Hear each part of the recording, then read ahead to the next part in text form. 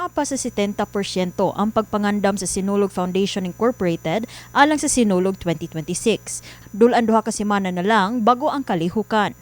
Kini gikonfirmar ni Cebu City Councilor ug Chairman sa Exicom Foundation, Dave Tumulak, karong Biyernes, Enero 2, 2026.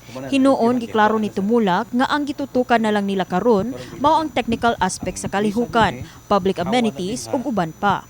Well, sa pagkakaroon na anata sa dunyaging buwan 60% and we are now 70%. Ang kini na lang mga technical. Ang technical aspect na lang ug ang ato asang mga Plaza Independencia, ang atong Fuente, kay doon naman sa tayo mga activities. O niya, nagpadayon pa man gihapon karon ang atong pag-screen o kinsa ning mga artist. Base sa gipagawas nga schedule sa Basilica Minore del Santo Niño, formal nga sugdan ang pagsuroy sa imahen sa balaang bata sa North ug South area sa syudad sa Enero 3 hangtod 7 isip kabahin sa pre-Fiesta Senior activities.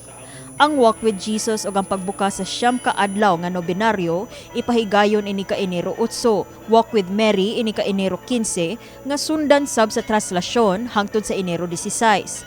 Fluvial procession sa Enero 17, samtang ang Enero 18 mao nang selebrasyon sa Fiesta Senior nga motakdo sab sa kulturanong kalihukan ang Sinulog Grand Parade. Buksan sa Cebu City Sports Center ang kulturanong aspeto sa kapistahan, pinaagi sa Santos nga misa, nga panguluhan sa unang higayon ni Cebu Archbishop Emeritus Jose Palma. Nagkanayon si Tumulak nga gipasakan na sa alert status blue ang disaster risk and management sa syudad sa Sugbo, kini hangtod sa mga katapusang adlaw sa mga kalihukan sa Fiesta Senior. Up to Sinulog din Blue alert na ang City of Cebu. Para preparasyon, pagpagandam sa umaabot na itong Sinulog. As early as January 5, makita na ang mga security, mga kapulisan, mga volunteers. Gani, gawa sa Cebu City Sports Center, mabati na sab ang diwa sa nakaduol nga kapistahan, mabantayan sa Fuente Osmeña Boulevard ang mga banderitas nga gipahaom alang sa Sinulog. Usa sab sa makita sa maong dapit, maong pagpamaligya sa mga mabulukon ug maayong kalidad sa Sinulog shirts nga mapalit gikan sa 200 hangtod sa 450 pesos.